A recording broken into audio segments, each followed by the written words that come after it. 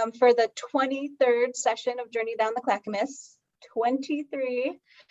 I'm Liz Gilliam. I'm the Restoration Program Manager for the Clackamas River Basin Council. And joining me tonight is Tim Shibahara. He is a CRBC board member, and he's assisting with the technical aspects of all this. Before we get started, I'll cover a few items. The Clackamas River Basin Council is celebrating its 25-year anniversary. Since its founding in 1996, the CRBC has worked as a non-governmental group of stakeholders to protect and improve the Clackamas River Basin and its tributaries. Their mission is to foster partnerships for clean water and to improve fish and wildlife habitat and the quality of life for all those who live, work, and recreate in the Clackamas River watershed.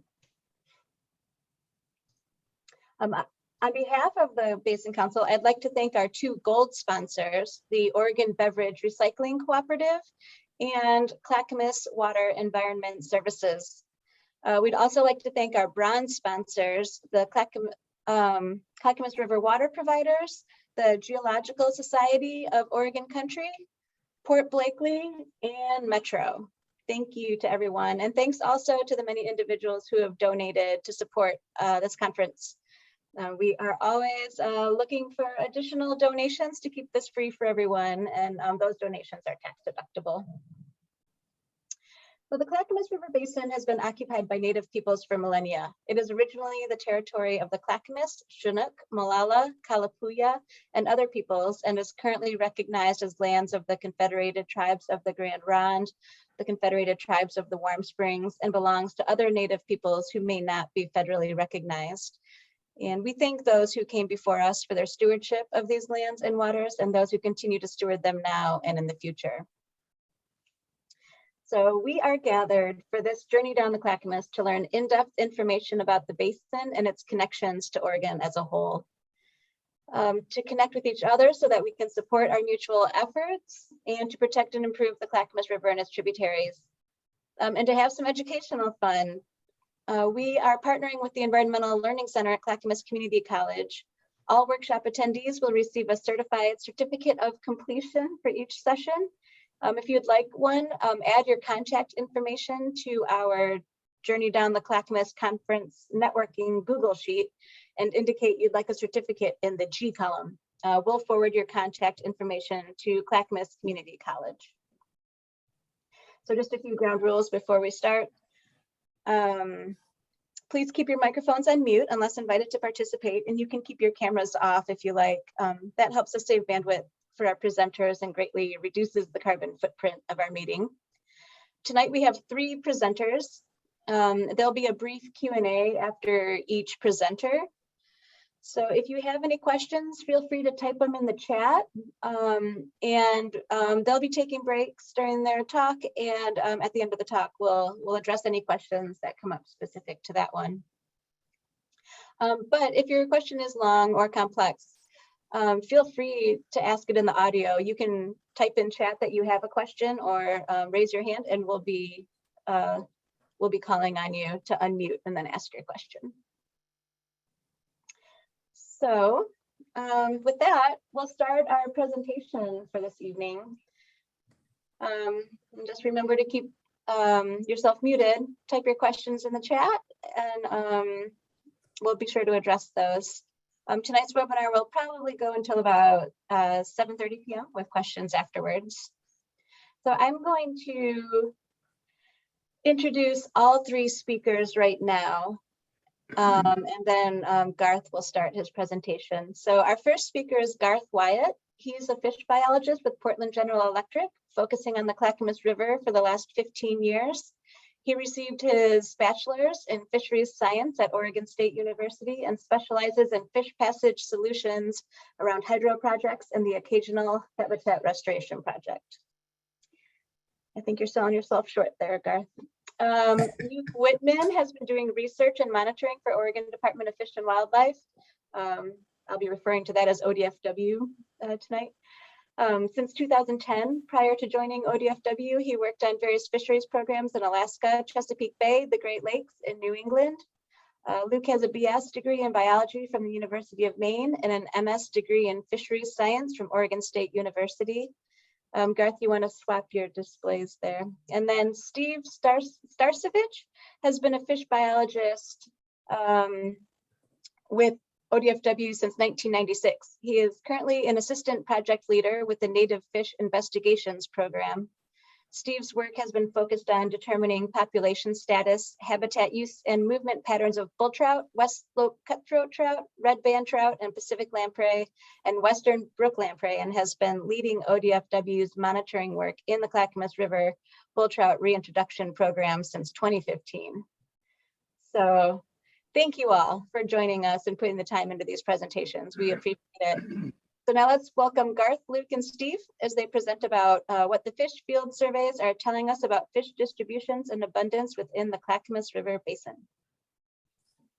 Thanks, Liz. I appreciate that. And you know, the title of the talk is "What are Fishfield surveys telling us?" And for us in the hydro industry, we mainly operate off of dam counts, whether that's adults moving upstream or juveniles moving downstream. So that's primarily what I'll be discussing today and try to provide more context for that as we move into the presentation.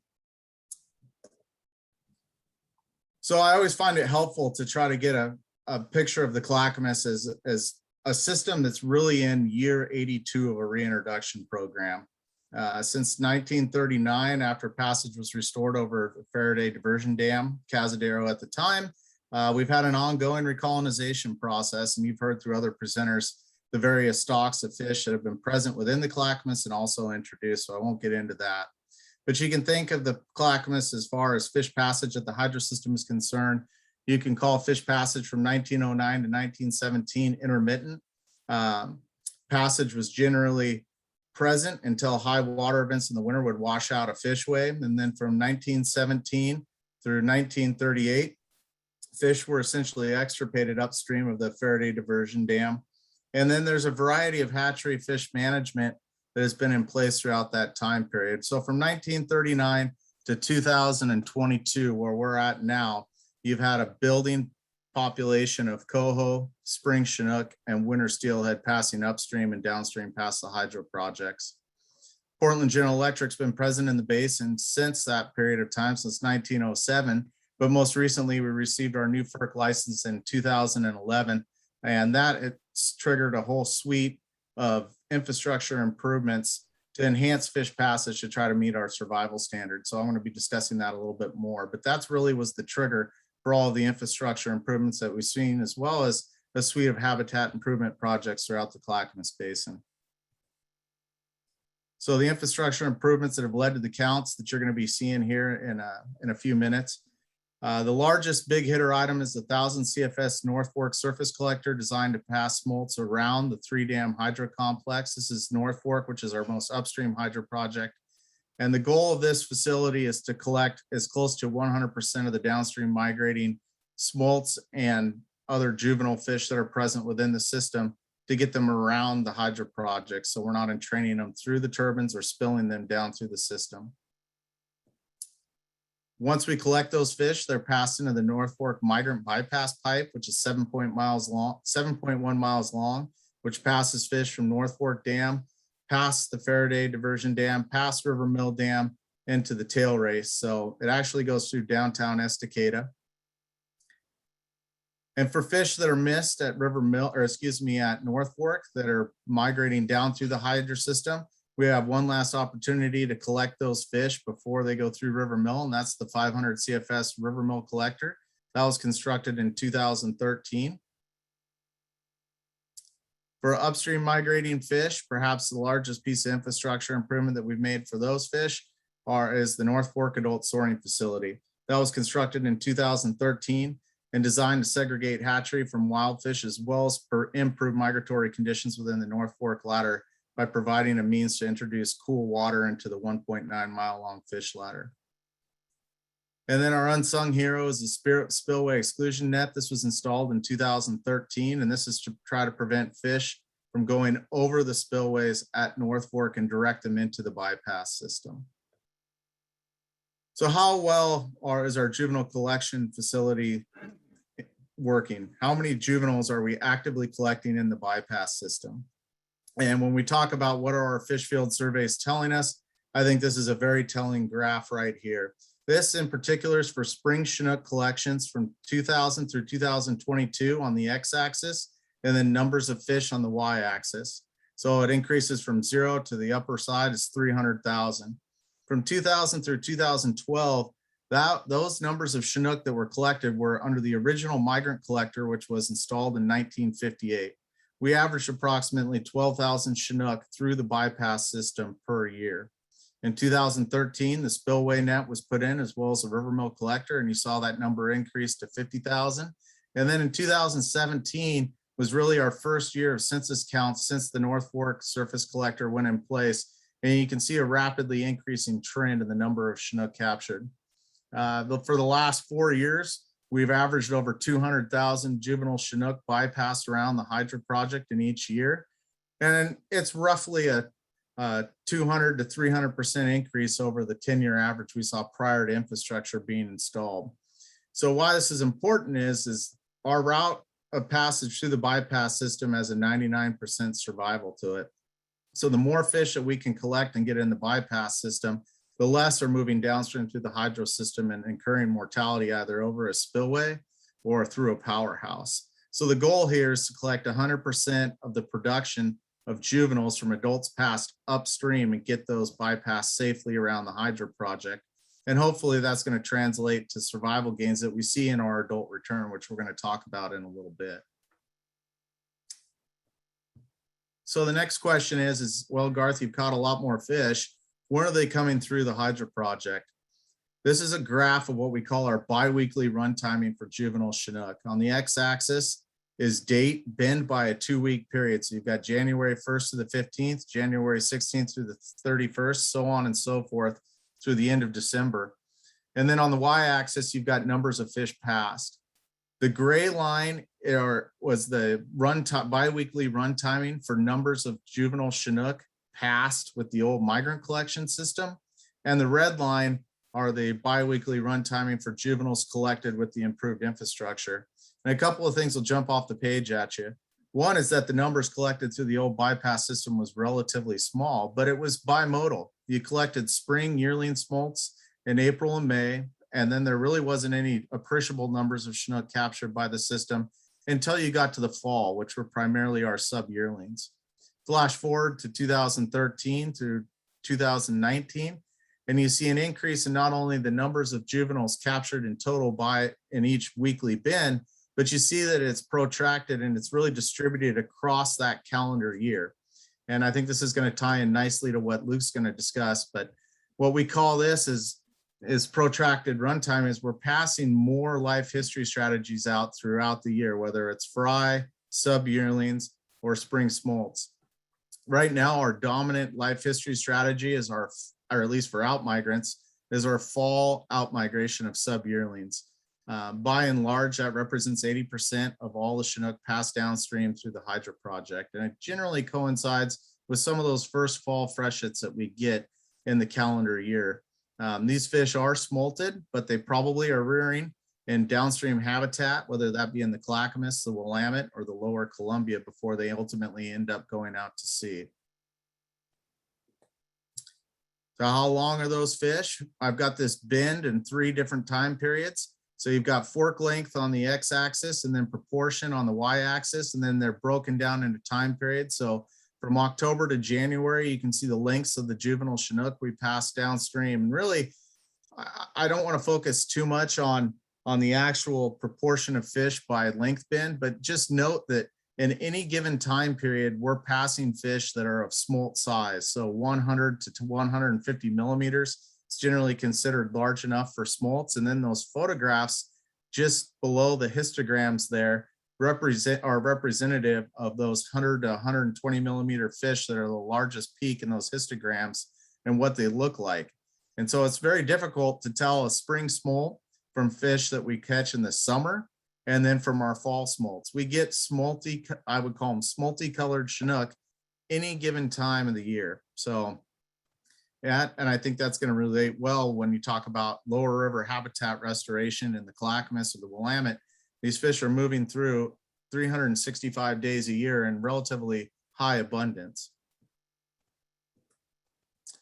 So how are our adult returns doing? So most of the time when people talk about adult returns, they bin them by how many fish they're getting per year. And I'm not going to get into the details of how you do run reconstruction, but essentially what we do as fish biologists is look at how many adults are produced in any given spawning year, which is called a brood year. And so it's a different way of reconstructing the run to try to get an indication of how many adults do one pair or those pairs that you pass upstream, say in 2022, produce going forward in time, and then you sum them for that brood year. And it's a clearer picture of how many adults you created in that particular year. And I've added in harvest here from various citable sources to try to back calculate what our runs would have been prior to harvest and provide a clearer picture to truly how many Chinook have been produced in the Clackamas.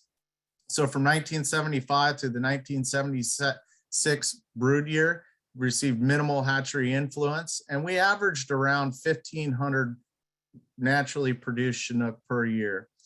For brood year 1977, we started to get adults returning from the Clackamas fish hatchery, and those are included in it. Those are the gray bars. And you see an immediate increase in the numbers of Chinook that were passed upstream and then produced subsequent brood year or subsequent returns.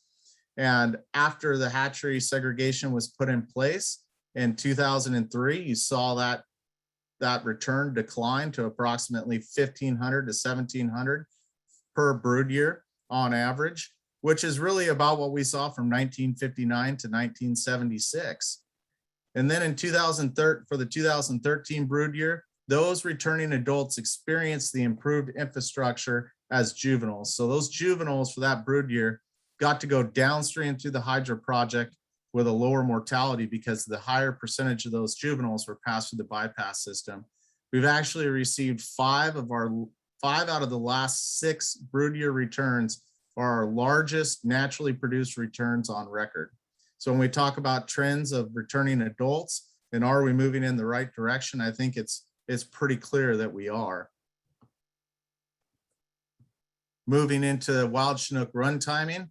A lot of folks have noted that wild spring Chinook throughout the Willamette and the Columbia Basin are returning later and later in the calendar year.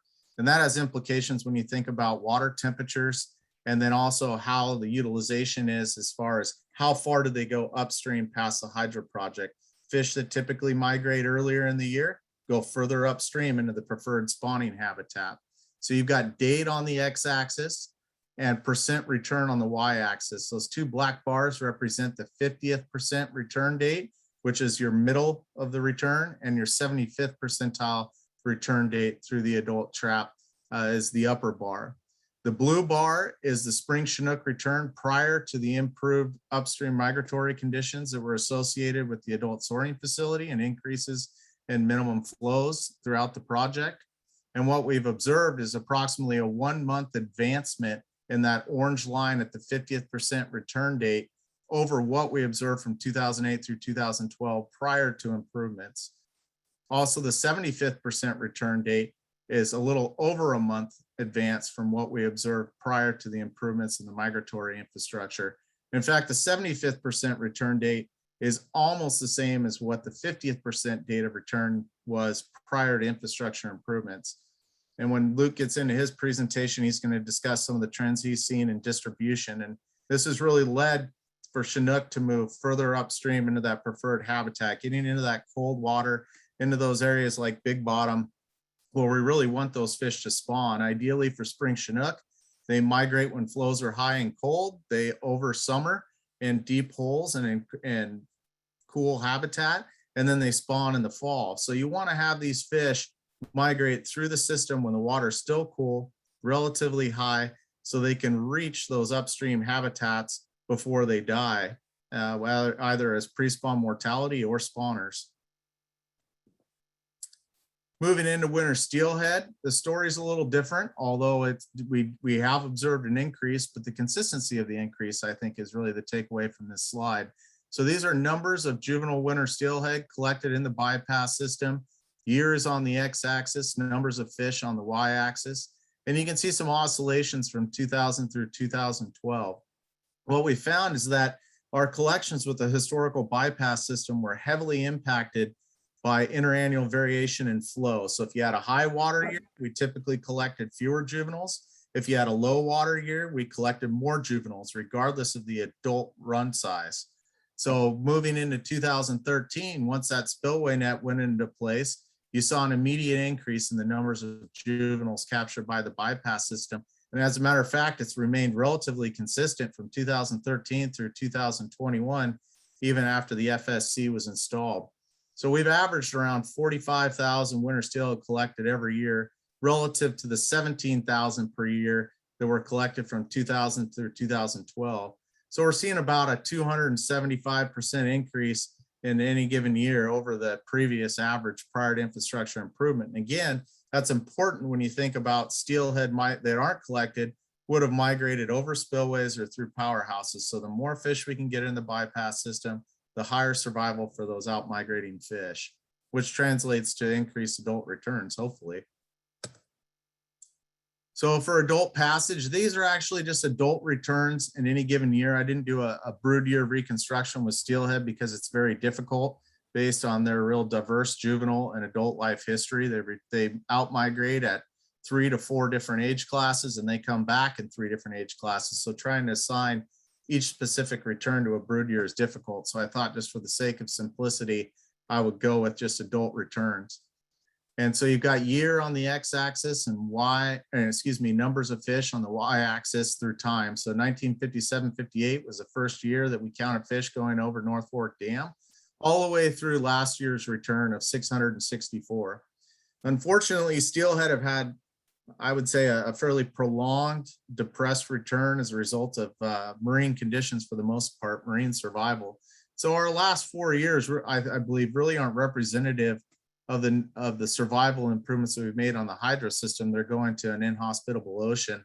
And we've seen this regionally in other streams as steelhead returns have been depressed, whether you're talking about summer steelhead on the Columbia or on the coast or on the Olympic Peninsula. So we really haven't seen a massive increase in our steelhead return like we have with Spring Chinook. And the hope here is that steelhead will turn the corner. And it appears that some of the early indications from this year's return is that we are going to see an improvement this year. But really, the adult abundance that's returned since infrastructure improvement have been in place hasn't really been that large. But again, steelhead, I believe right now, have been affected by really poor marine survival. So we'll see what happens in the years to come. But our 10-year average for winter steelhead is just under 1,000 right now. It's 998.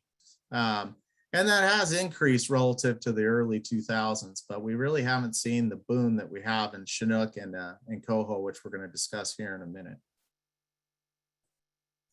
Moving into Coho, it's kind of funny, when we first built all this stuff, we didn't think Coho were actually going to be the beneficiaries of our improved infrastructure like Chinook and Steelhead probably would be. But, you know, you don't know what you don't know. And Coho really have, I think, probably been our good child. They've really responded well to what we've done. And so these are juvenile collections from 2000 through 2021 on the x-axis and numbers of fish on the y-axis.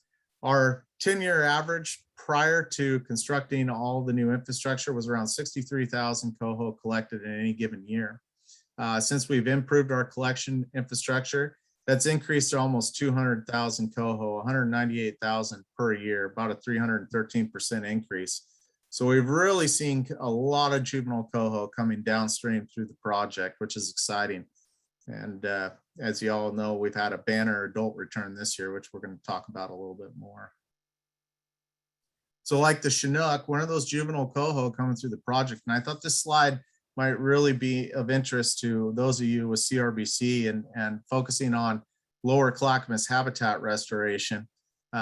You've got date bend in a 2-week interval like you saw with the Chinook counts. So dates on the x-axis and numbers of fish on the y-axis. The blue bar represents collections prior to the improvements in infrastructure, and the red line represents collections after the infrastructure improvements. And while we would have expected to see more fish collected just by virtue of the total number, and we have, and you see that peak in the spring has really increased from 20,000 to over 40,000 for for our peak 2-week period. I think what's really interesting is the fall collections of Coho par that are passing downstream through the project. As a matter of fact, our collections in the fall have increased from averaging roughly 5,000 Coho in the fall to this year we passed over 200,000 in November and December. Those are fish that are going to be utilizing that lower Clackamas habitat for rearing until they smolt in the next spring. So they could be in the lower Clackamas, it could be in the lower Willamette or lower Columbia River estuary before they outmigrate the following spring. Whether that's an artifact of density dependence or fish passage infrastructure improvements, one thing's for sure is that we're getting a heck of a lot more fish that are outmigrating in the fall through the bypass system than we ever have before, which I think really increases the importance of that lower river, whether it's lower Clackamas, Willamette, or Columbia habitat. So how many adults have we been getting back?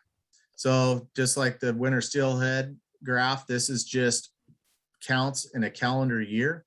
So, or excuse me, counts for a run year. So we have early and late run Coho in the Clackamas River system. We started delineating between the two in 1998. And what you can see is that we've experienced a pretty radical increase in the numbers of adults that we've gotten back, primarily dominated by our early run fish. Our average Coho returns here for the last 4 years are approaching 4,500 and are approaching 4,500 for that 4-year average. So we're really starting to get this positive feedback loop where we're starting to get multiple brood years of increased returns. And then of course the juveniles going downstream through the project as well. This year was our 2021-2022 run year. Was our all-time record dating back to 5758 for Coho passage past North Fork Dam. We're currently at about 10,300. Last year we broke 9,000, and we've really been over 7,000 now for the 4 of the last 8 years, which is really impressive when you think about the total numbers of wild naturally produced Coho passing through the Clackamas. And then I think the big picture for us is we always go back to the juvenile side because you've got to get juveniles out in order to get adults back. And, you know, getting adults upstream past the 3-dam hydro complex, I don't want to say it's easy, but it's simpler than collecting a high percentage of the juveniles. And so what we have here is a graph from 2000 to 2021 on the x-axis and numbers of fish on the y-axis. This is a composite of all 3 species. So steelhead, Chinook, and Coho, the counts, the bypass counts in any given year. Our 10-year average for passage for all 3 species was 93,000 prior to infrastructure improvement. We're now averaging about 400,000 fish passing downstream through the hydro project. In fact, the 4-year average since the FSC has really been running is now approaching 500,000. And last year we set an all-time record at approximately 632,000. So really, I think it gives you a reason to be optimistic and also support the fact that we need to get some more habitat in the lower river for these juveniles to rear. I'm gonna blow past this slide. Moving into the discussion, increased collection efficiency by the bypass system has resulted in more recruits, which we call recruits, but they're really juveniles, for each adult pass upstream. And that's going to improve, those survival gains are going to translate to increased adult performance. We've seen a protraction of the outmigration period collecting fish in any given month throughout the calendar year, potentially providing a differential survival benefit. If you have all of your fish are hedging their bets and moving out in the spring and the ocean is in a poor condition, you're not going to have very high survival to adulthood. But if you can distribute that risk across the calendar year, you're much likely to have a total bust of a return. Increased life history strategies collected. We're now getting fry, pre-smolts, and smolts through the collection system. We're not encountering an environmental condition that's precluding that infrastructure from collecting those fish. And Luke will probably talk a little more about this portfolio effect as it relates to our adult returns. And then ultimately, the increased number of juveniles passed downstream, I think, has increased the importance of the lower river habitat. We have to provide those fish a place to go and rear successfully so that they can out-migrate as smolts in that next spring. We have an extremely large number of pre-smolts or par moving downstream through the project into that lower river habitat now. Whereas before, we weren't sure how many fish were actually moving into that habitat from the upper basin. We have a pretty good handle on it now. And I think all signs point to we need to make some more room for those fish. And that's all I've got. Thank you, Garth. There is a question that came through from Gail Shalom. She was wondering, why is it thought that the Chinook are coming home so much later since the improvements? Well, they're actually coming through earlier since the improvements. If I can flash back to that slide. Oh, right. They're moving through almost a month earlier, Gail, and we're not really seeing that as biologists across the region. In fact, Spring Chinook have been returning later and later every year in the majority of the basins, whether you're talking about the Columbia or the Willamette.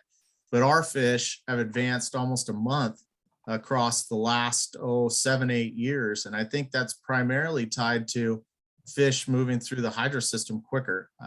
I don't have any reason to believe that they're actually entering freshwater earlier than their counterparts in the Willamette. It's just that we're probably not delaying them as much moving upstream through the hydro project. That's great. Lawrence asked, can you quantify what kind of effect the increased juvenile migration to the lower system might have on the species that eat them? The species that eat them, like predators? Yes. Well, I imagine they got a lot more fish to eat. You're a pike minnow in the lower river, you're probably pretty happy about putting more juveniles downstream. No, I can't quantify that. I'm sure that the predator populations down there have responded accordingly. That's kind of how ecosystems work. We have noticed more avian predation, or just more birds in general in the lower Clackamas. When I float through winter steelhead fishing and spring Chinook fishing, you definitely see more mergansers. But yeah, that's about all I have for you on that one.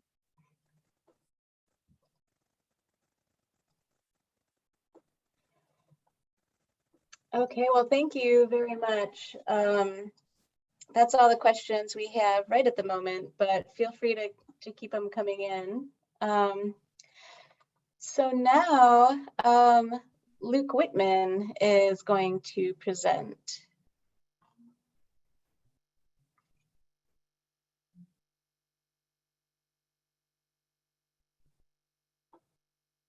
Okay, thanks, Liz. You need to swap the display. I need every time. Every time. Okay, there we go. Great. Better? Yep, thank you. Okay, yeah, thanks for having me this evening. I'd like to start by acknowledging my co-authors, Brian, Mike, Tom, and Kirk. Our funding for this works come from the Sportfish Restoration Fund, U.S. Fish and Wildlife Service, and also from our agency, ODFW. Okay, so a little more background on Spring Chinook salmon. As Garth mentioned, these fish return their spring run Chinook. They return to freshwater early in the spring and early summer, coming into the lower Columbia, lower Willamette, and also the lower Clackamas. They support very popular fisheries. And as Ben Welzek said a month ago, there's a large hatchery program to support the fisheries and the lower Clackamas River. Also, there always are some concerns with hatchery and wild fish spawning together, but we were able to use North Fork Dam as a management tool and only pass unclipped spring Chinook upstream, which keeps those groups of fish separate. And we've been doing that since 2004. It's been a wild fish sanctuary in the upper Clackamas. Generally, the spring Chinook want to go as far upriver as they can during that initial migration period. They want to get up into those colder upper reaches of the watershed and hold in these nice deep holes until spawning season comes around. And for the upper Clackamas, spring Chinook peak spawning is typically the last week of September or the first week of October. And this population is listed as threatened under the Endangered Species Act. In 2011, our agency worked with a number of other partners to finish the Upper Willamette River Conservation and Recovery Plan pertaining to these spring Chinook. And you can see from these maps where we're hoping things will go. The current status is as of 2010 when the review was done. And we're hoping that the Clackamas and the Mackenzie move to very low extinction risk and kind of anchor recovery for this ESA listed group of fish. Both those systems have a lot of really nice habitat in the upper watershed that is still accessible to these fish. And the other systems have a number of issues in terms of passage of dams, degraded habitat, warm water, and things like that. Okay, let's see. So to orient you a little bit with the area that I work in, this is a map of our survey section breaks in the upper Clackamas. You can start up at the top here near North Fork Clackamas at the beginning of North Fork Reservoir. I'd also like to point out Oak Grove Fork, which is a tributary that's gotten some recent some work from PG&E. The Kallawash River is the biggest tributary with biggest spawning tributary for spring Chinook up here. And then we survey all the way up to Sci Creek. That's the farthest upstream that our surveys are going to go. Our spawning surveys are considered a complete census. That means we want to cover all the habitat available for spawning spring Chinook. In those areas, we do that by walking or boating all these different river sections. When we're doing that, we count the reds, the nests that these fish build down into the gravel. And we also recover and sample all the carcasses we could find from the fish that have spawned out and died. Another tool that we have is analyzing the scales from these fish. We pull them from the carcasses, and the scales have rings on them, growth rings, kind of like a tree. The growth rings are tighter together in the winter months when they're not eating as much and growing as quickly, and then spread out during the summer months. And we can use that pattern to figure out how many years they've been alive, growing in the freshwater and then the ocean. We can also see a pattern. This is a bit of an art and a science. We've got scale readers here in Corvallis that have been doing this for a very long time, and they can see this growth pattern from when those fish hit saltwater. And they can tell if that was before or after the first year to help us get an understanding of what they were doing as juveniles and when they smolted and left the system.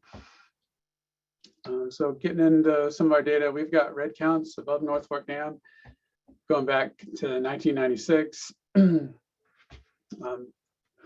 Numbers kind of going up and down, and then we really start to see much higher numbers, over 800 total reds from 2015 on. We weren't able to survey 2020 or 2021 because of safety issues related to the wildfires up there, but the recent pattern is definitely encouraging. To break this out a little bit, we can look at those different regions. As I showed you on the map, Kallawash is a little more than halfway upstream on the main stem. The spawning Kallawash River itself has remained fairly steady. And then we're starting to see more and more fish spawning upstream of the Kallawash, especially in 2019. We saw almost 70% of the total reds upstream of the Kallawash. And that definitely gets back to some of that increased passage, getting farther upriver earlier in the season. And that's really key to the spring Chinook life cycle. Looking at Oak Grove Fork, PG started some work in there in 2013 to increase flows. And pretty quickly we saw fish starting to go in and use that. The falls to Butte Creek is the farthest upriver section that we do. The fish can't really get above those falls. And since 2016, we've been seeing spawning all the way up into Oak Grove Fork as far as the spring Chinook can go. And the green line there on the top is the total reds that we've seen as high as 80% in that system. So as I mentioned, one quirk of the life history that these fish have is they can die before they get a chance to spawn. They have to come in the beginning of the year, in the beginning of the summer, and hold over and survive until they can spawn in the fall when those rains start going to bring up the water. And we call this pre-spawn mortality if those fish die before they get that chance to spawn. And when we're doing our surveys, all the female carcasses get checked to see if they have any eggs remaining. And we use that to determine if they successfully spawn or not. as a percentage of the total carcasses that we found in a given year. And we also have to start these surveys fairly early in the season, just to make sure that we capture any mortality that happens. And so 2012, 2014, we weren't able to get in there early enough. But again, since 2015, been a very encouraging pattern. We're seeing a very low pre-spawn mortality, below 5%. And I think that's a great sign. I work in some systems in the upper Willamette where we see pre-spawn mortality 50% or higher. Those are systems with blocked passage, warm water, bad conditions. So this is really great news for the upper Clackamas fish. So getting into the age data that we have from reading all those scales, the brood year is the year that those eggs were put into the gravel, and the eggs started to develop. And so we can look backwards from when the adults were sampled as a carcass back to the brood year when they started their life. So from 1998 through 2013, we've got complete brood years from all the carcass sampling that we've done.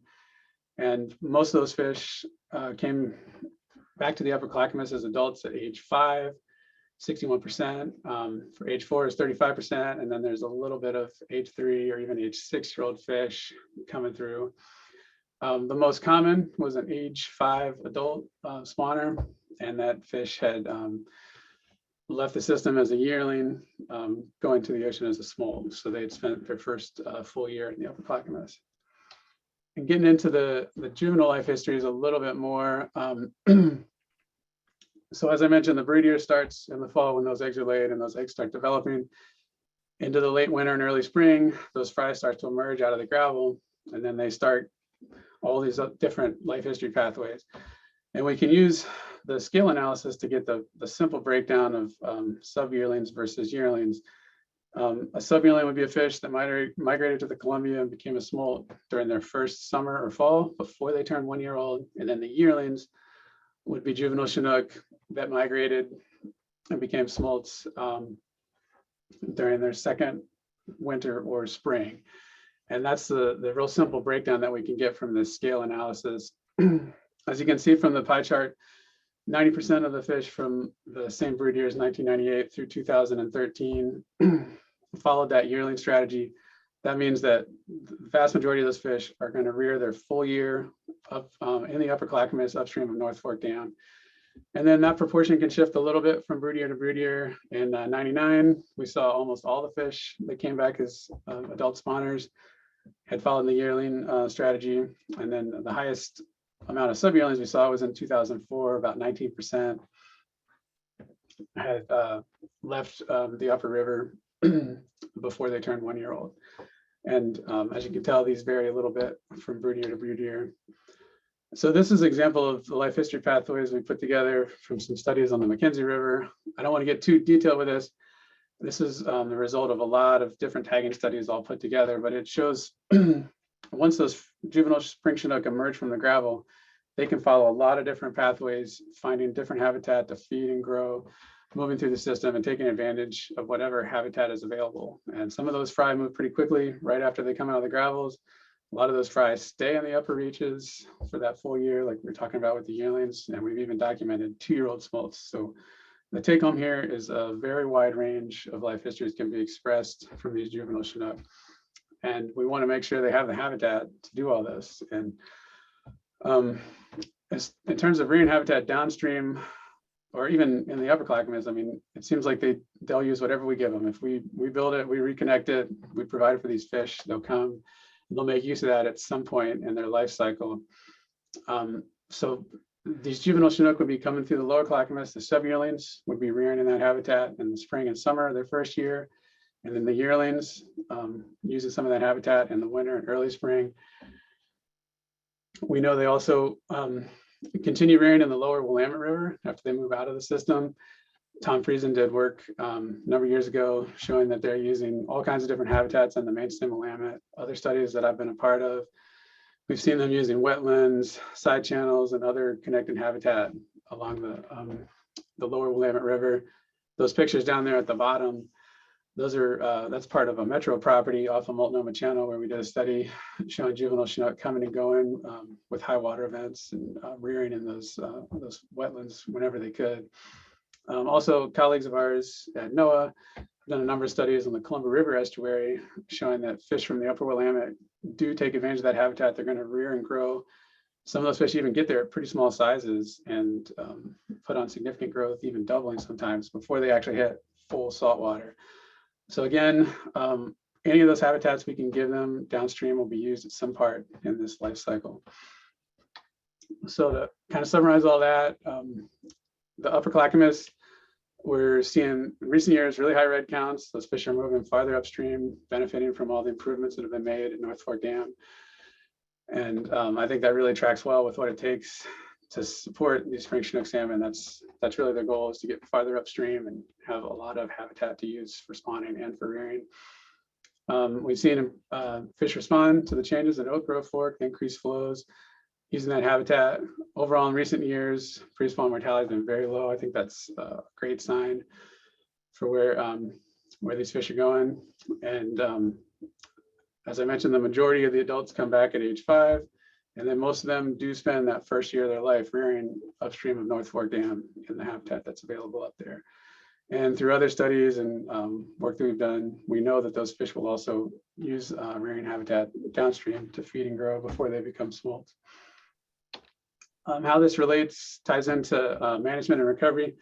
I think the upper Clackamas spring Chinook population is on track. It's showing that it can be an anchor population for recovery for the whole listed unit. It's got a lot of good things going for it. Looking forward, we want to make sure to continue to protect that habitat in the upper river, and especially in hot years when conditions are bad elsewhere. That cold habitat in the upper river is going to be really key to keeping those fish healthy and surviving to spawn.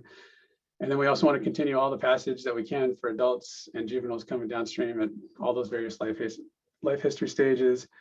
Like Garth showed, they're getting movement of juvenile Chinook pretty much all year round. And then our life history studies have also confirmed that.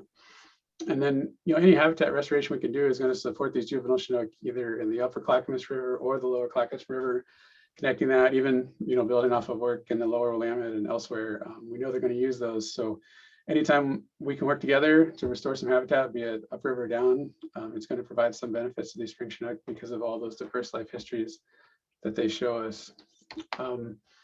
As you can tell, a lot went into this. Could have done it without help from a lot of different folks. I'd like to acknowledge our skill readers, ODFW district biologist, working with Garth and Tim at PGE, the funding that we've received, our collaborators at NOAA that have done work in the lower Willamette, Columbia estuary. And we've had a lot of great field surveyors over the years. Definitely couldn't have kept this data going without their help. So yeah, if you'd like more information, feel free to contact me, and you can also check out our website, see some of our reports and a little more detail on what we're doing. So if we have any questions, I'd be happy to answer them. Hey, Luke, I'll go ahead and start you off real quick. Excellent presentation. I think that the one question that I'd like to get from you as someone who's, regionally pretty involved in all things Chinook and what's going on is how do you view the Clackamas as stacking up to other tributaries of the Willamette? Are you seeing similar things? Yeah, if I was to put up those same pie charts and stuff for the upper Mackenzie, it's a really similar story. So as you can tell from the maps from the recovery plan, we're really counting on the Clackamas and the Mackenzie to carry recovery. Both of them have so much good habitat, so much better access than the other systems. And yeah, the Mackenzie is a similar story. I guess there's a somewhat lower proportion of subyearlings in the Clackamas versus Mackenzie. They've got a little more diversity, but I would imagine those life history strategies are going to be really similar for both populations. And keeping that going, providing those refuge habitats in the upper system, as we look ahead to potentially warmer conditions and things like that. I think it's going to be pretty critical. Yeah, I wonder maybe too how much maybe the reservoirs kind of play an effect that too. Those subs coming down, they can make a little bit little bit of growth right there as well. So Yeah, I tried to specify that that yearling would, when we designate those fish as yearling, they're likely rearing upstream of North Fork Dam, and that would include the reservoir. And so I think that's one area of emerging research. We've gotten some funky scale patterns back over the years that our scale readers have kind of wondered if they were from reservoir growth.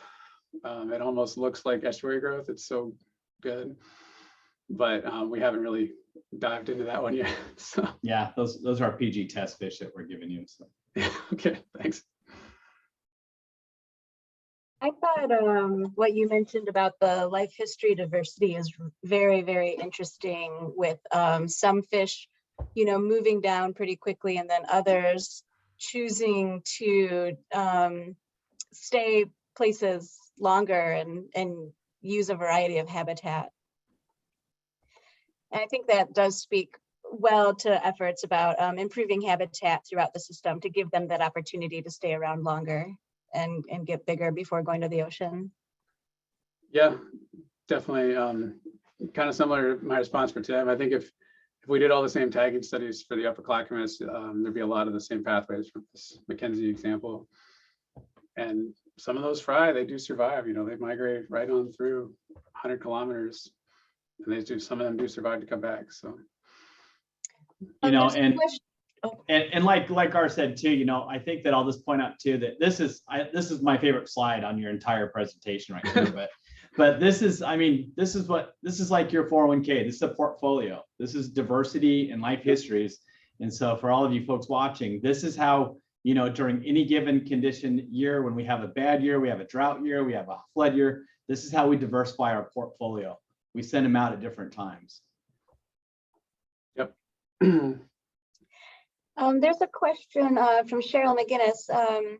She says it's good to see the low pre-spawn mortality. Was this consistent during the drought years as well? Yeah, it was. I mean, 2015, we were really worried. There was definitely some pre-spawn mortality in the lower river.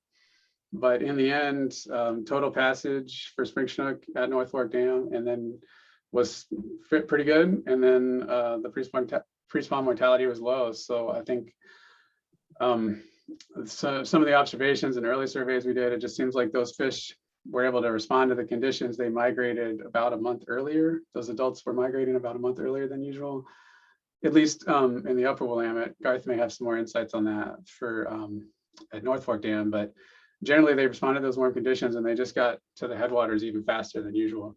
And there's definitely some flexibility with their life cycle, and I think that's a real strength. And not just for the juveniles, but for the adults, they can adjust. And we saw that throughout the upper Willamette. They were basically migrating earlier and farther upriver than they typically did. Well, great. I don't see any other questions coming through.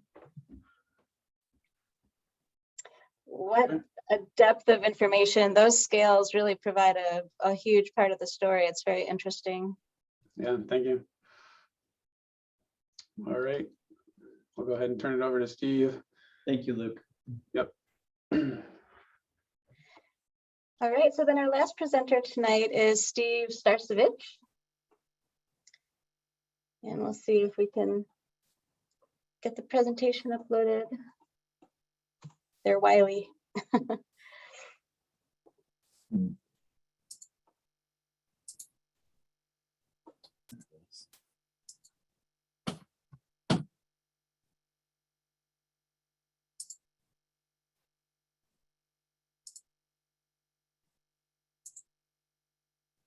Yep, switch displays. There we go. Thank you. All right. Thank you, Liz. I am going to take you all on a tour of the upper Clackamas River Basin and share some of our bull trout monitoring results. Let me just move this thing over here so I don't have to look at myself.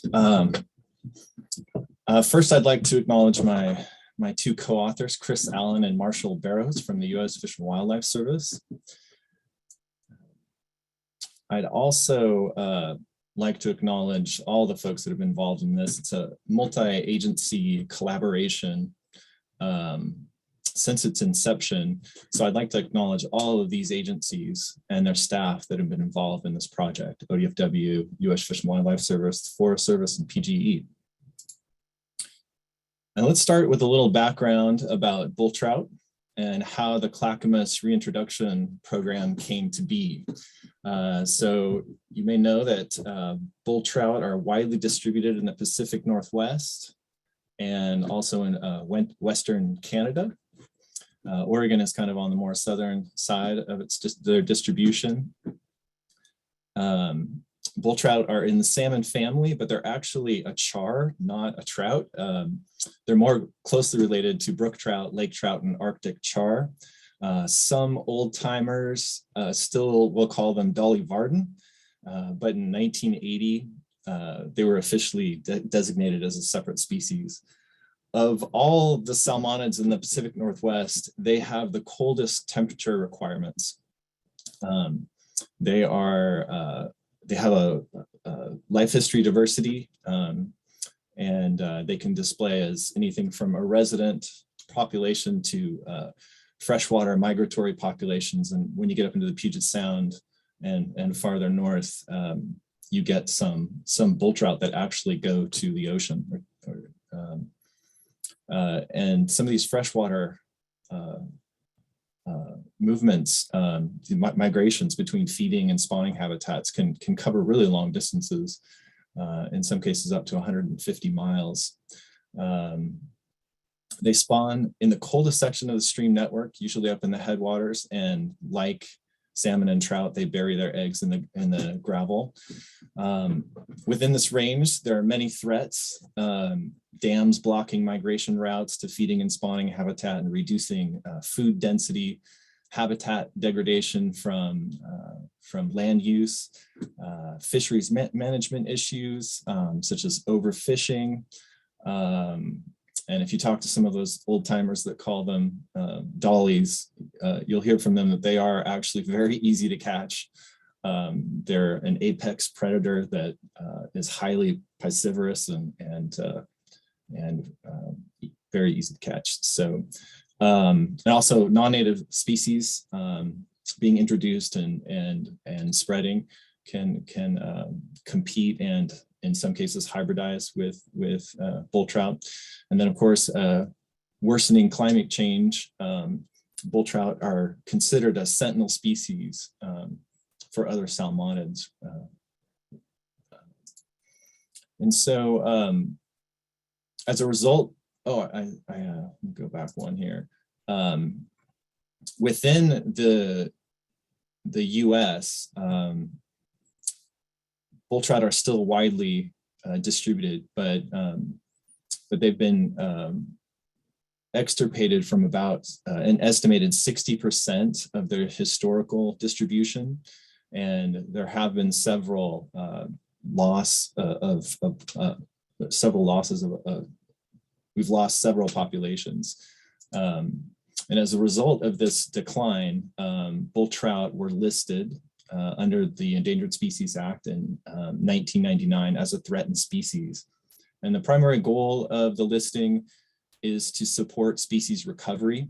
And they can do that in a number of ways, designating critical habitat, they foster cooperation between the states and federal agencies, just to make sure that federal activities don't harm a listed species.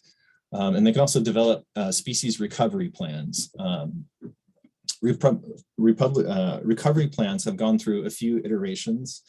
There was a draft recovery plan in 2002 for bull trout. And in 2008, they had a status update. And then in 2015, the final recovery plan came out.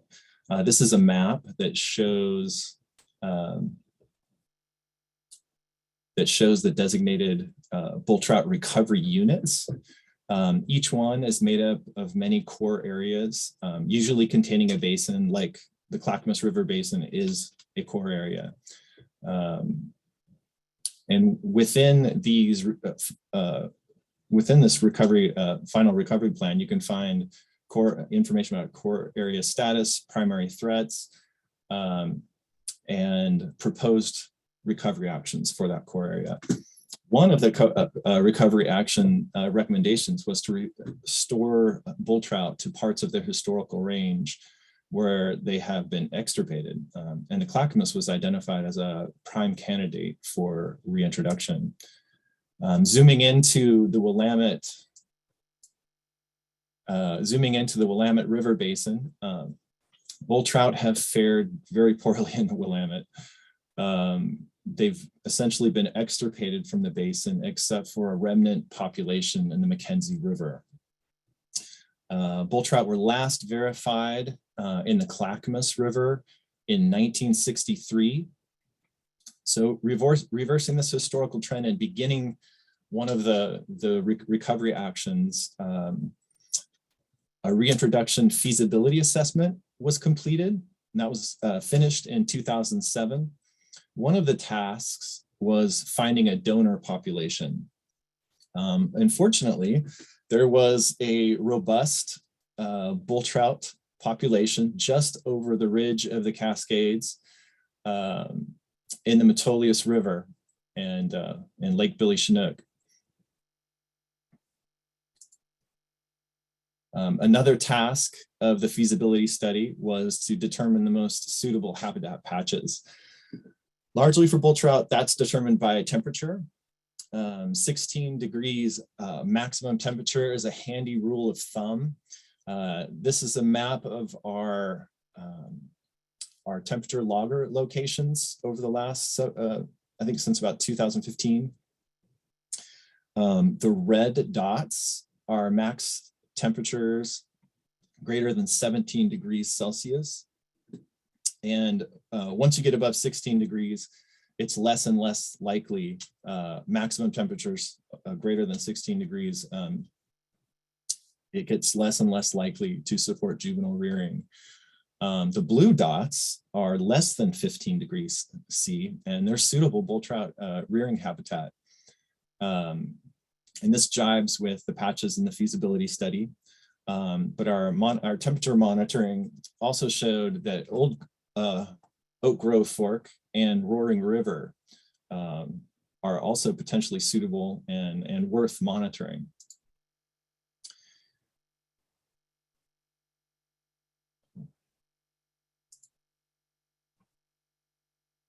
So the reintroduction, in 2011, a reintroduction implementation plan was completed, and translocations from the Metolius began that year in these circled locations. So we've got the Big Bottom area of the main stem Clackamas, Pinhead Creek, Reach 2 of the Clackamas, just upstream of where Pinhead Creek comes in, and then up right at the Berry Creek, Cub Creek confluence, and high up in the upper reaches of the Clackamas River. These are the 5 translocation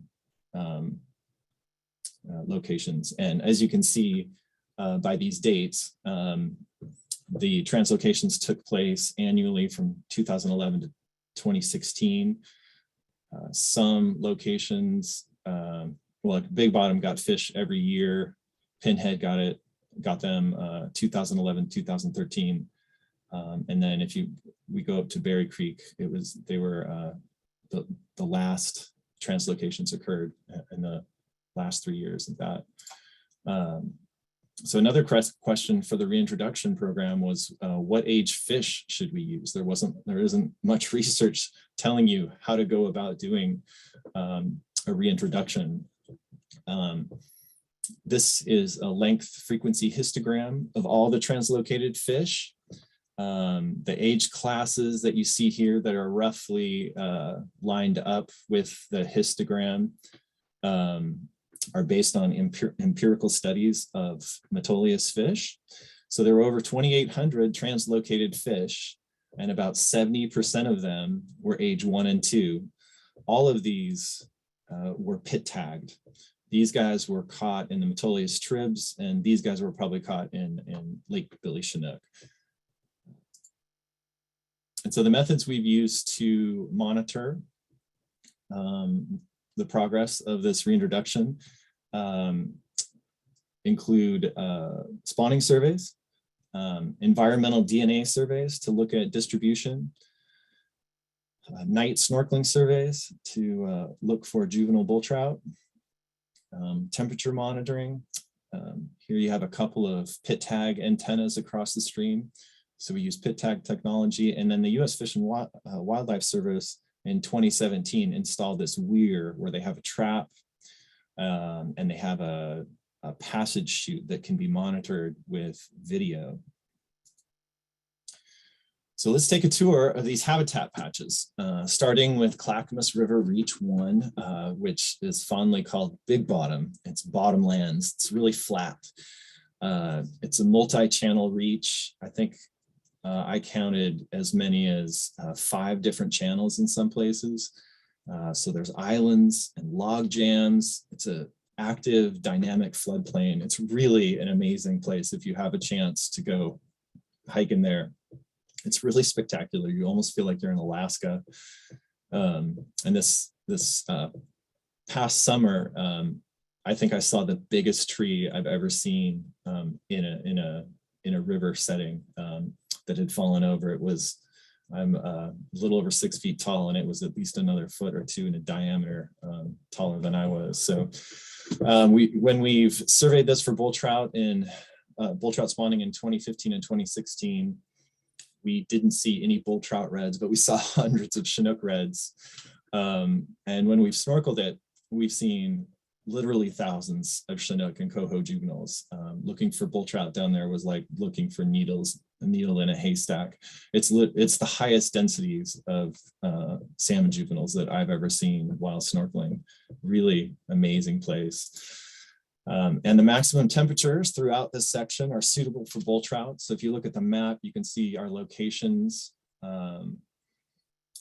Clackamas 7 is just downstream of Pinhead Creek. So that one is the coldest. Gets the influx of cold water from Pinhead Creek. But all of them are well below the 16-degree threshold. So based on the temperatures, and the complexity, there seems like a very high potential for juvenile bull trout rearing in Big Bottom. But it's unclear why bull trout weren't observed spawning down here. Okay, let's go just upstream of Big Bottom where Pinhead Creek comes in. This is the quintessential bull trout stream. You almost feel like you're on a tributary of the Metolius. There's stable, cold, spring-driven flows, multi-channel reaches, tons of wood, overhanging vegetation, lots of pools.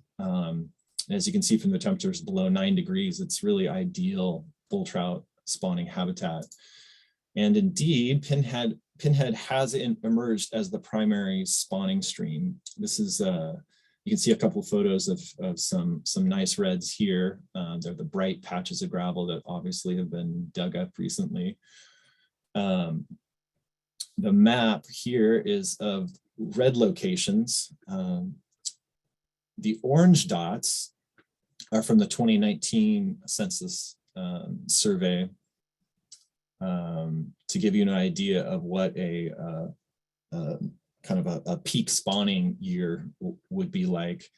This was about 80 reds, I think. And the green dots were from last year. These are the red locations from 2021, which is our lowest year, which is 37 reds. And then the black dots are all the other years of reds geo-referenced on surveys, just to give you a sense for just how incredibly dense the spawning habitat is in Pinhead Creek and Lower Last Creek. And all of these black dots are still suitable spawning locations, but for some reason bull trout didn't spawn in them. So our pit tag data, we run pit tag stations down at near the mouth, have shown that Pinhead Creek have attracted fish from all of our release areas. A lot of the fish that were released in Pinhead Creek and in Big Bottom came back as adults to spawn, but we've also picked up individuals from way up at Berry Creek and upper Clackamas reach, pretty far upstream. So it's possible we didn't see bull trout spawning in Big Bottom because these fish were just more attracted to Pinhead, which is significantly colder. The pick tag data also provided a look at the age at release of the adults using Pinhead during the spawning season. This table is just the raw data of translocated fish and then how many came back as adults and the age at which they were released. And so this table is just converted to survival to adulthood for these different ages. And you got age at release at the bottom and percent survival to adulthood and detected at Pinhead Creek. You can see that the age 1 and age 2 fish survival looks low. And as you go to older fish, they're more likely to, the 5-year-olds are already adults, but the 3- and 4-year-olds have much higher survival and detection in Pinhead Creek than the young ones. Uh-oh, I had a automatic thing. All right, sorry about that. And so when I first made this little calculation, I was alarmed that maybe the age 1 and 2 fish just had terrible survival for some reason in the Clackamas. But when I started digging into the literature, there isn't that much, but there are a few studies that estimate survival for age 1 and age 2 age classes. And these are actually reasonable. They're actually really similar. So that was actually reassuring. Let's look at the overall trend in the annual red count. So we've got year on the x-axis, the number of reds on the y-axis. So the first couple of years, it started out pretty slow, low number of reds. And in 2014, it really started taking off. It plateaued 2017 through 2019. And then we saw a pretty dramatic decline in 2021. This plot shows the relationship of the red counts on the x-axis to adult abundance estimated at this weir. So we've been able to calibrate our red counts since 2017. The dots from the points from 2011 to 2016 were based on pit tag detection alone. So we probably missed a few of the fish that ejected their tags, but from 2017 to 2021, we got a pretty good count of adults using Pinhead Creek, using pit tags, video, and the trap at the weir. And given the uncertainty around red counts, it was nice to see such a strong linear relationship. But the main reason for installing this weir was to document the influx of locally born adults, which would be tagless. So we wouldn't be able to detect them if we just use a pit tag technology.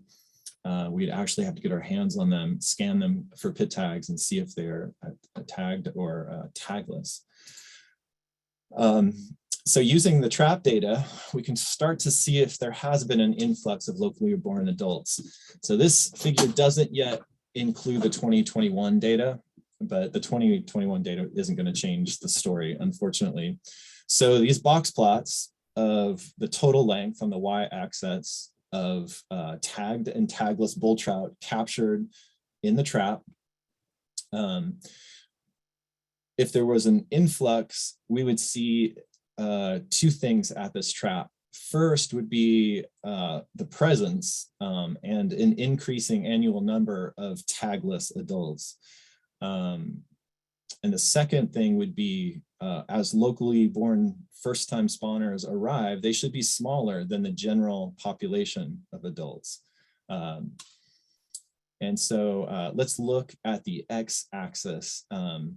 What you see, we've got male tagless and male tagged, and the numbers of those, and then female tagless and female tagged. And what jumps out right away is that there's very few tagless males, and actually a pretty high relative proportion of tagless females. But this is because females that are tagged in the body cavity, usually when the first time they spawn, maybe the second time they spawn, they're much more likely than males to eject their tag. It'll just come right out into the red with the eggs. So that's the reason, that's probably the reason for that disparity. And then let's look at this total length. A first-time spawner will generally be about 450 to 525 millimeters. So we would expect 450, maybe 525.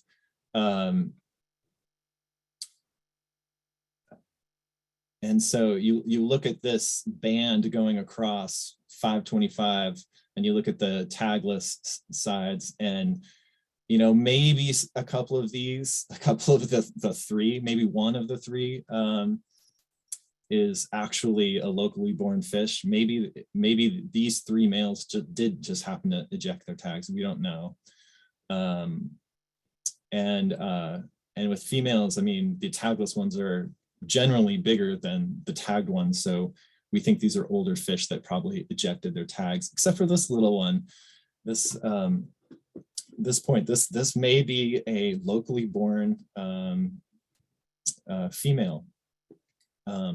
So basically, the story here is that the lack of a clear influx of locally born adults is really starting to cause some anxiety among those of us who are interested in seeing this bull trout population take off.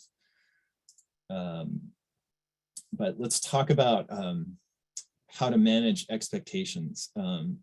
So first of all, when do bull trout reach adulthood? Well, according to the pit tag data, the fish translocated and released at age 1 and 2 were first detected in Pinhead as adults, mostly as 5-year-olds, and a few at age 6 and 7. And this maturation time is pretty similar to what we'd expect from the Metolius donor population.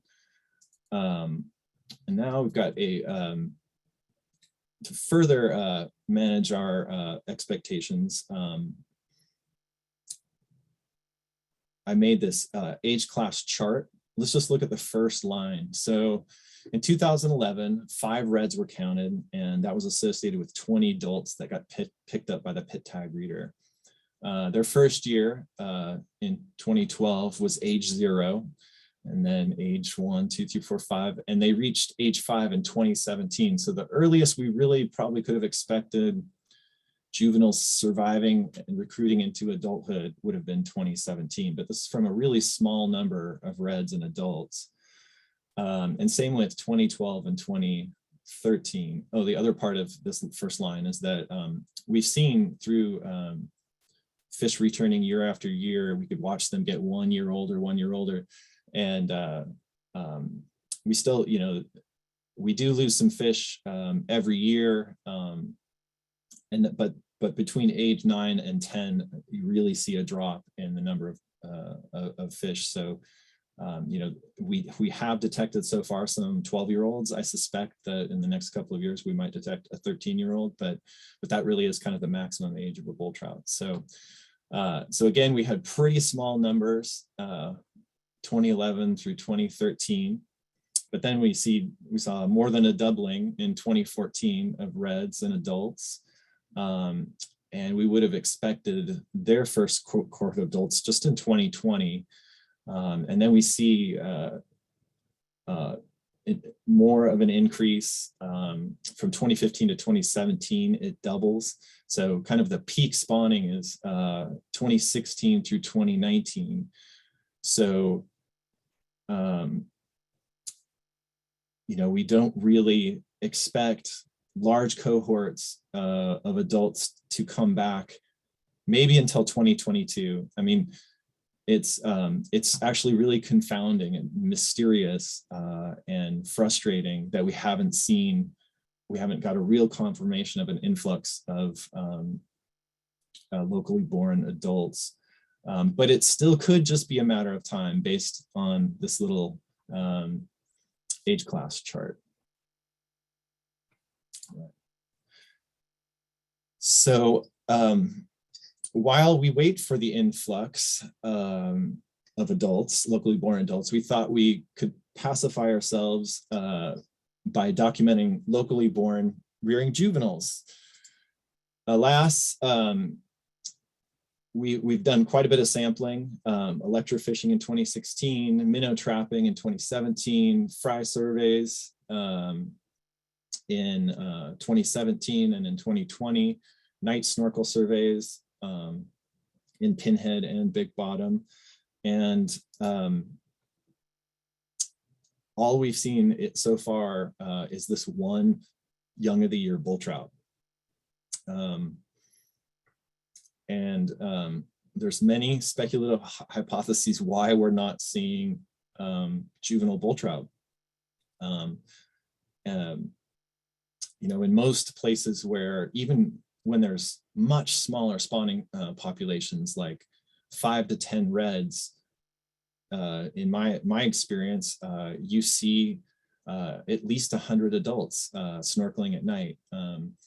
But I don't think I've ever snorkeled such a complex stream, and that might have something to do it. But really the simplest and most wishful thinking of the hypotheses is that it's just really low density of juveniles. And so there's just really low detection using snorkeling and these other methods. A bleaker turn of mind, we thought, oh gosh, what if all of these eggs and alevins are just dying in the red? The reds are really just tombs. Well, we could actually test that hypothesis. So we tested it by hydraulic sampling, 7 reds in December of 2017 and December of 2019. Of the 7 reds, we found alevins in 6 of the reds. So here's a photo of them, and I think I have a pointer that if you can't quite see them, you see the little sac fry alevins there mixed in. So they were 6 of the 7 reds were just packed with these. And later DNA analysis confirmed they were bull trout. The alevins were developing normally based on temperature unit equation, and some disease testing was done and they had normal tissue. So we know it's not eggs and alevins dying in the red, but all our eggs and alevins are not necessarily in this one pinhead basket. There are other spawning streams, but they really pale in comparison. Here's the Cub Creek, Berry Creek map here. It's got suitable temperatures well below the 16-degree threshold. We started doing spawning surveys up there in 2015, and we've seen no spawning survey, no spawning in Cub Creek. And Cub Creek,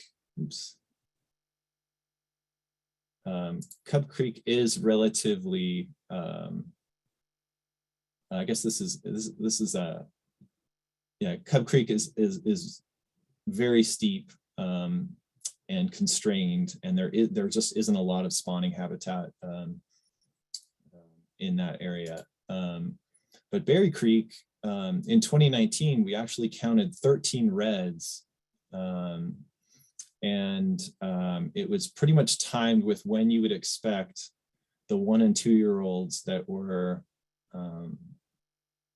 translocated there and released there would be at least 5 years old. So that made sense. Those translocated fish stuck around, and some of them survived to adulthood. In 2020, we did once the fires in 2020, the forest fires really curtailed our access. So we did get one late survey in late October, and we saw 3 really poor reds, maybe test digs, and then the same thing. Access was curtailed by basically the cleanup from the fires, and we didn't see any reds. We didn't see any spawning activity in 2021. But relative to Pinhead Creek, it has a lot less flow, very little complexity, and not much spawning gravel. It does have a really nice flat reach that the Forest Service is considering adding quite a bit of wood in the next couple of years too, which will really improve, I think, like gravel retention and pool formation and all the things you need for spawning and rearing bull trout. So maybe that habitat will improve in the future. The upper Clackamas River is also super cold, like Pinhead Creek, just ideal temperatures. But this habitat is also relatively steep. Since 2015, we've consistently counted 3 or 4 reds each year. This map shows the distribution of those reds. The orange are the ones in 2019, and then the black are the ones we've seen in other places. And these, I would say, literally represent every potential spawning location for bull trout. It's so steep, there's so little gravel retained that there's just these few discrete locations. And we couldn't survey it in 2020 because I think it was actually still burning. In 2021, we got in one survey of the lower half and didn't see any reds. Finally, Oak Grove Fork and Roaring River, far downstream from the nearest translocation area, had suitable temperatures for bull trout. You can see them here. Roaring River, the peak maximum temperature is getting on the borderline. But we haven't surveyed these yet for spawning. We thought we would use eDNA surveys, environmental DNA surveys, in 2017 through 2019 as a way to try to determine bull trout presence through detection of eDNA floating downstream from shedding off of fish. In all of the surveys of Oak Grove Fork, we didn't detect any bull trout, but in 2 of the years, we detected bull trout eDNA in Roaring River. So those samples were collected in September, which may suggest that there are bull trout attempting to spawn up there. All right. Just to sum everything up, I think I've gone on long enough. Let's go through the positives. So the upper Clackamas River Basin is thermally suitable, has complex habitat, and it's a huge patch. It's really a huge patch of suitable, great bull trout habitat. Pinhead Creek, there was a good initial spawning population. There's just amazing habitat potential for spawning and rearing. We saw that there was normal alevin development and tissue so far. We haven't detected a problem with that. And we know from the translocated fish that age 1 and age 2 fish are surviving.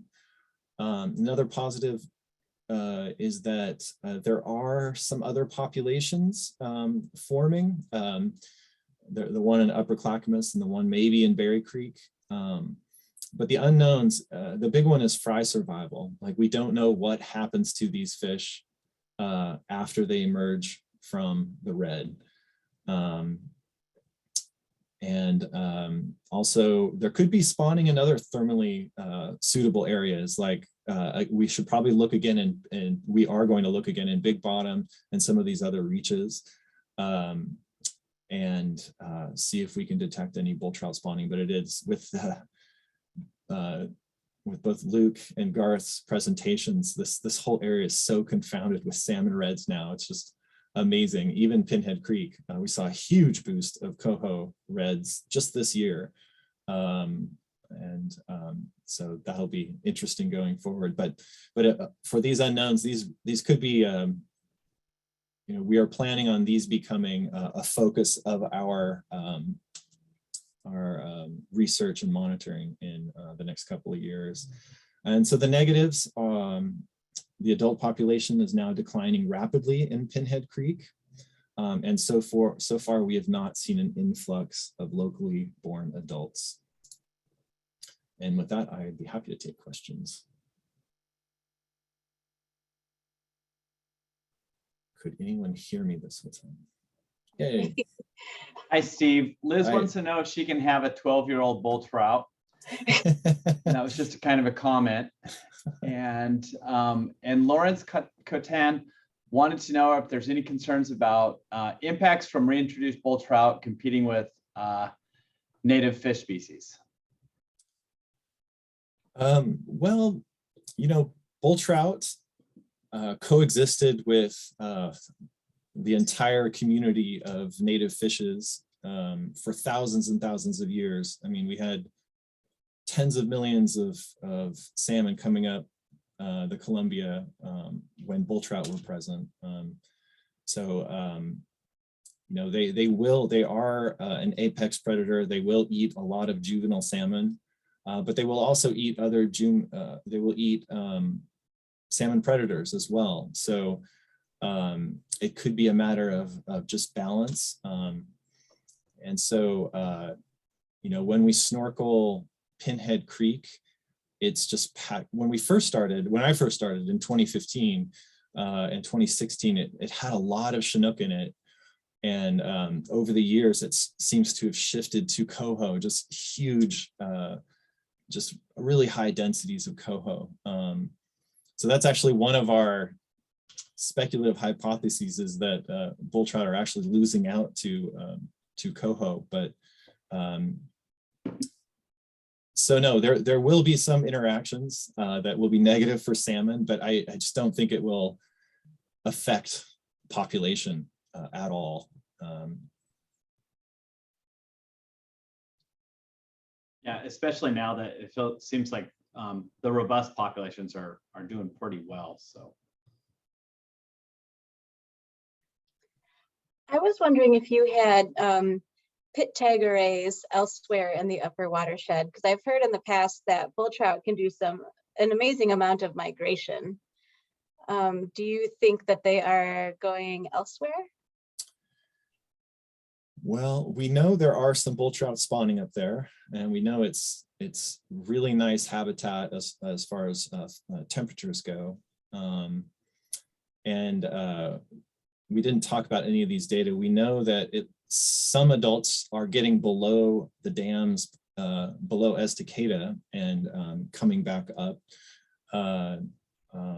So we know they're starting to push down deeper into the basin. I don't think we have a good sense for how the adults have been distributed, except for that kind of bookend at the dams in Estacada, and the spawning going on in Upper Clackamas and in Berry Creek. So they're pretty much spanning this whole patch. And the one, I think Garth might have made a joke about this. We've had a hard time finding juvenile bull trout, and he joked that they would find them first, because in other basins, you see juvenile bull trout dispersing far downstream. Like it's probably like a bell curve where most of them are close, or a long-tailed curve where most of them stay, relatively close, but many of them go way downstream. Like, and he joked that he's going to catch the first juvenile bull trout in their bypass facility, and I'm pretty sure they haven't caught one yet. But they have seen at least one tagless adult come up the system, and that could mean it was a juvenile bull trout surviving downstream of those dams and coming back as an adult. it could be a tag ejection. Again, we won't know until we see that real influx and confirm that these fish are surviving to adulthood. Mhm.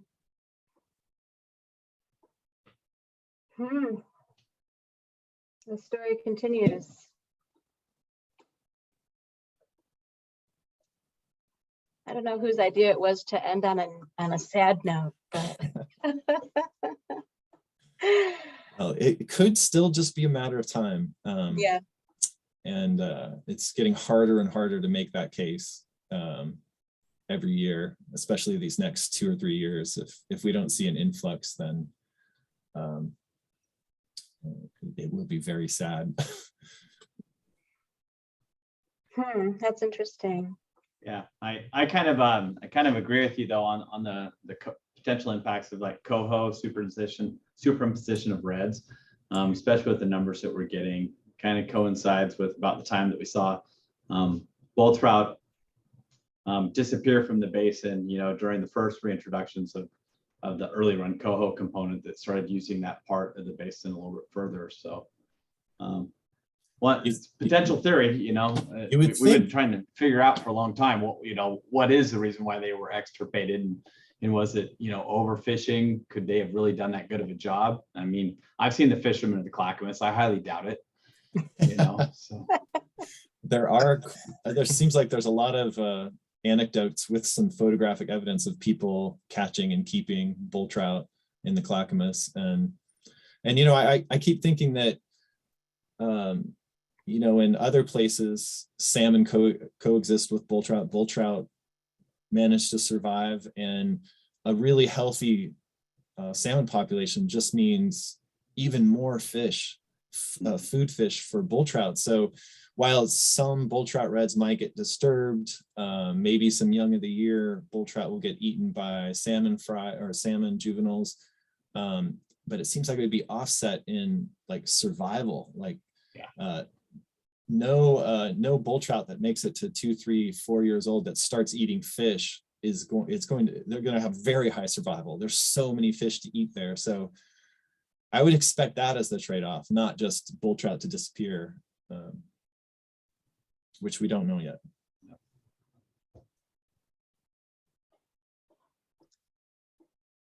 Well, I don't see any more questions, and excellent job, Steve. That was really good. Thank you. Yeah, such interesting stories tonight. Thank you, everyone. I mean, Yeah. these data sets are long-term and really very interesting to track. Yeah, I think Steve gets the award for best pictures, but by far there were some beautiful locations in the Upper Clackamas you don't get to see very often. It's so amazing up there.